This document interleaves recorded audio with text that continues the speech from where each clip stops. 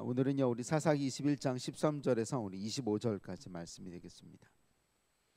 사사기 21장 13절에서 25절입니다. 사사기 21장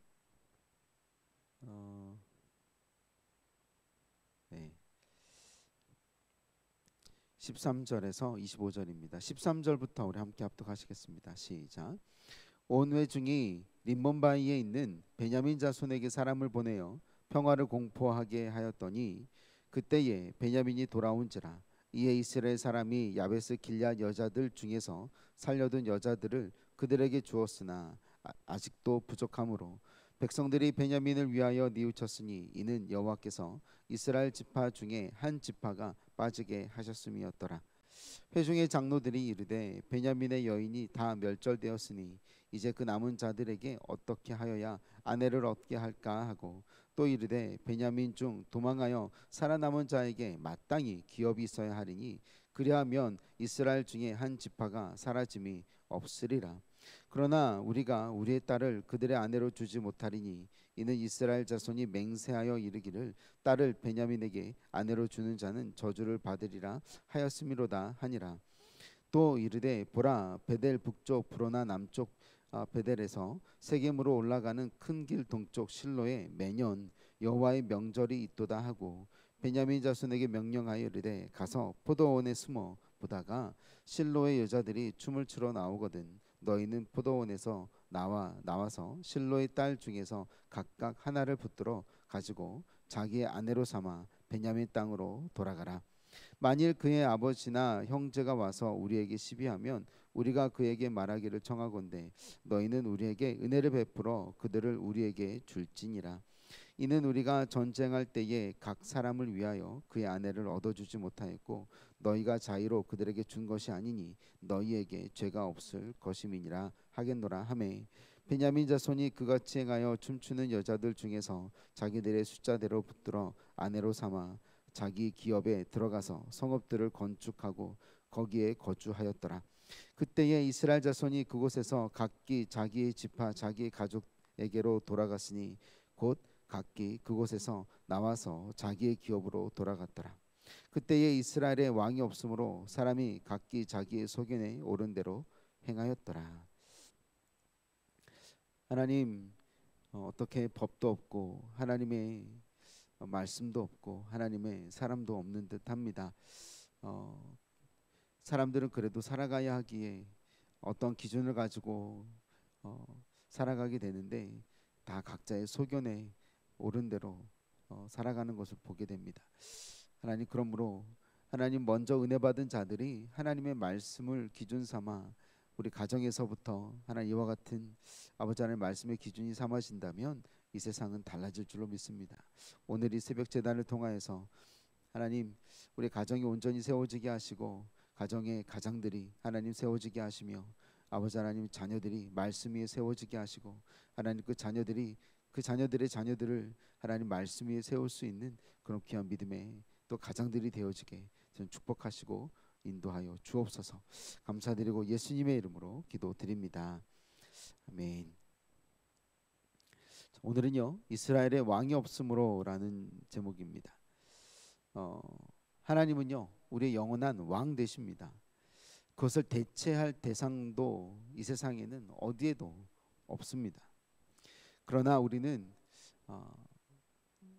잘 드러나지 아니하시는 잘 나타내지 아니하시는 그 왕으로 말미암아 우리 스스로 왕이 되어서 살아가려고 하니까 타락하고 유혹에 빠지고 넘어지고 절망하다 결국 자기 마음대로 살아가는 길을 선택하다가 멸망당하더라는 겁니다.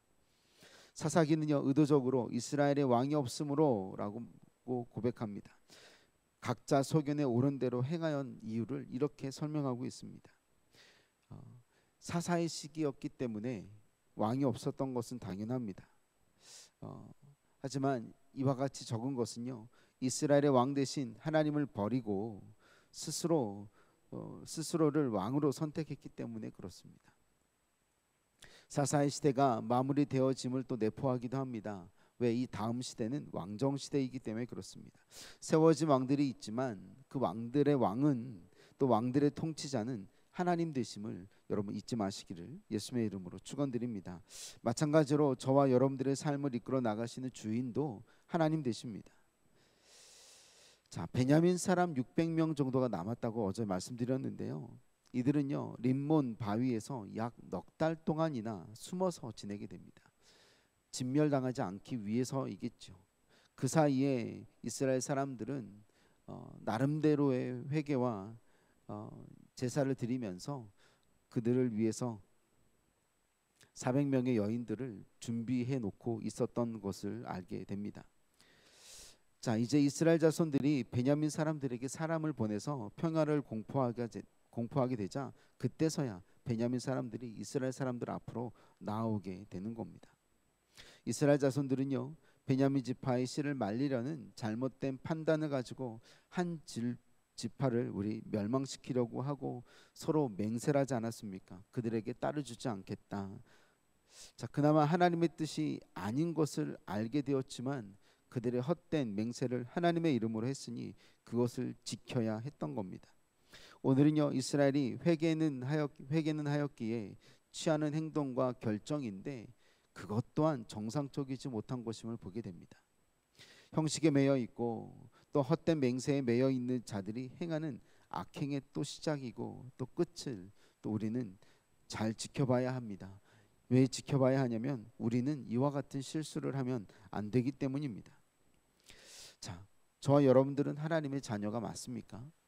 의심하자라는 이야기가 아니고요. 오늘도 확인해야 하고 넘어가야 되기 때문에 그렇습니다. 왜냐하면 우리가 하나님의 자녀라면 마땅히 잊지 말아야 할 하나님의 은혜가 우리 삶 가운데 남겨져 있기 때문입니다. 죄인 되어서 죽을 수밖에 없었던 우리가 하나님의 자녀가 되었기 때문이고요. 그렇기 위해선 예수님께서 대속물로 화목 제물로 십자가에서 돌아가셨기 때문에 죄인인 우리가 의인이 되어진 것이기 때문에 그렇습니다. 우리가 만일 하나님의 용서와 사랑이 없다면 어찌 하나님의 자녀가 될 수 있겠느냐는 겁니다. 다시 말하면 우리가 사랑해야 되고 용서해야 되는 사람들을 용서하고 사랑하지 않으면 어찌 하나님의 자녀가 될 자격이 될 수 있겠느냐는 겁니다. 예수님은요 우리 산상수훈에서 팔복에 대해서 말씀하시면서 5장 9절에 이렇게 말씀하십니다. 화평케 하는 자는 복이 있나니 그들이 하나님의 아들이라 일컬음을 받을 것이며. 예수 그리스도가 우리를 위해서 화평케 하시는 죄와 의의 브릿지가 되셨던 것처럼 우리도 이제는 화평케 하는 자들이 되어서 하나님의 아들이라 일컬음을 받는 참된 복을 누려야 되지 않겠느냐는 것입니다. 우리는 이웃과 다투었다 할지라도 먼저 화해를 청하는 것이 옳은 것입니다. 그뿐 아니라 원수와 죄인조차도 회개할 때는 용서해 주고 위로해 주어야 하는 것, 바로 이것이 하나님의 자녀된 이유이고요, 목적이고 이렇게 해야 되는 우리의 듀티인 것입니다. 그래서 사도 바울은요 이렇게 말했습니다. 우리 로마서 12장 18절에 보면 할 수 있거든 너희로서는 모든 사람과 더불어 화목하라는 것입니다. 할 수 있거든이라는 표현 자체만으로도요 우리 인간 관계에 있어서 화합을 향한 욕구가 아무리 강해도 할 수 없을 때가 많다라는 것을 내포하고 있습니다. 이게 바로 저희 인간의 한계입니다. 그래서 이 화합, 이 용서라는 것은요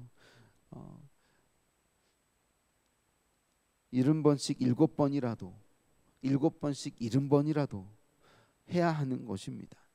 그게 바로 하나님께서 우리 하나님의 자녀들에게 또 하나님의 백성들에게 또 리더들에게 하나님의 도구들에게 요청하시는 것인 줄로 믿습니다. 원수까지 용서하며 사랑하며 평화를 이루는 저와 여러분 모두 되실 수 있도록 우리가 오늘 간절히 기도해야 되겠습니다. 왜냐하면 야고보서 3장 18절에는요 이렇게 쓰여 있습니다. 화평하게 하는 자들은 화평으로 심어 의의 열매를 거두느니라. 오늘 이 화평을 이루는 저와 여러분들이 되셔서 의의 열매를 거두실 수 있는 그런 귀한 축복된 하나님의 도구 되시기를 예수님의 이름으로 축원드립니다. 자, 우리 25절 마지막에 보면요, 우리 그때 이스라엘 왕이 없으므로 사람이 각기 자기의 소견에 오른 대로 행하였더라라고 고백하는데요. 우리의 통치자는 하나님 한 분밖에 계시지 않습니다. 사사기의 역사를 마치면서 이스라엘에 왕이 없었기에 불법적인 일들이 발생했음을 언급하고 있는 이유를 설명하고 있습니다. 저와 여러분들의 왕은 누구십니까? 이스라엘의 왕이 없었기에 사람들은 저마다 자기 소견에 옳은 대로 멋대로 자기 왕이 되어서 살아갔거든요. 오늘 내가 내 스스로 왕 되어서 살아가고 있는 것들은 무엇인가? 우리 철저하게 주님 앞에 내려놓아야 되겠습니다. 왕은요, 하나님의 위임을 받은 대리 통치자입니다. 바로 신적 권위를 가지지 않았습니까? 그래서 우리 정부는요, 모든 무질서를 바로잡는 하나님의 우리 방편으로 정의되고 있다는 겁니다. 성도는 그러므로 하나님을 두려워하는 마음으로 우리 권력에 순종하는 태도가 필요하더라는 겁니다. 그런데 우리는 하나님의 나라를 세우고 확장해야 할 의무가 있는 하나님의 자녀로서 또 하나님의 통치에도 순종해야 하는 것을 잊지 말아야 합니다. 인간은요, 우리 인간의 하나님의 형상을 통하여서 지음을 받았기 때문에 하나님의 통치를 받는 것이 당연하고 그와 같은 통치를 받을 때 온전한 행복을 누릴 수 있더라는 겁니다. 말씀과 성령을 통하여서 하나님께서 주신 힘을 공급받아야만 살 수 있는 존재이더라는 것입니다. 그럴 때 우리는 하나님의 통치를 받을 수 있습니다. 인간들이 만일 우리 제각기 각기 좋은 대로 산다면 우리 짐승과 같이 약육강식의 사회가 되지 않겠느냐는 겁니다. 여러분, 강한 자가 되려고 노력하지 말고 하나님의 뜻대로 살아가려고 목숨을 걸고 싸워야 하는 이유가 여기에 있습니다. 하나님의 질서 가운데 살아갈 수 있도록 우리 가정이, 우리 공동체가 하나님의 질서로만 살아갈 수 있도록 그것을 위해서 기도하고 부르짖는다면 이곳에 와서 마음이 상처받은 자들, 이곳에 와서 몸 불편한 자들, 이곳에 와서 소망 없는 자들이 달려왔을 때 그들에게는 참된 소망과 희망과 세상에서 줄 수 없는 기쁨이 나누어지는 그런 귀한 공동체요, 또한 우리 노아의 방주와 같은 곳이 될 수 있을 줄로 믿습니다. 오늘 이와 같은 공동체와 우리가 되어지게 해달라고요, 이 시간에 간절히 기도했으면 좋겠습니다. 하나님이 우리 이 땅을 통치하여 달라고 우리 간절히 기도해 주시고요, 더불어서 우리 하나님께서 우리에게 요청하시는 것이 있다면 화평케 하는 자로 우리 마음에 용서할 자들을 용서하게 하시고 내려놓을 자들을 내려놓게 허락하여 주시고 하나님 화평으로 심어서 의의 열매를 거두는 하나님의 귀한 도구들 되게 달라고요. 이 시간에 간절히 우리 주여 3번 부르고 간절히 기도하겠습니다. 주여.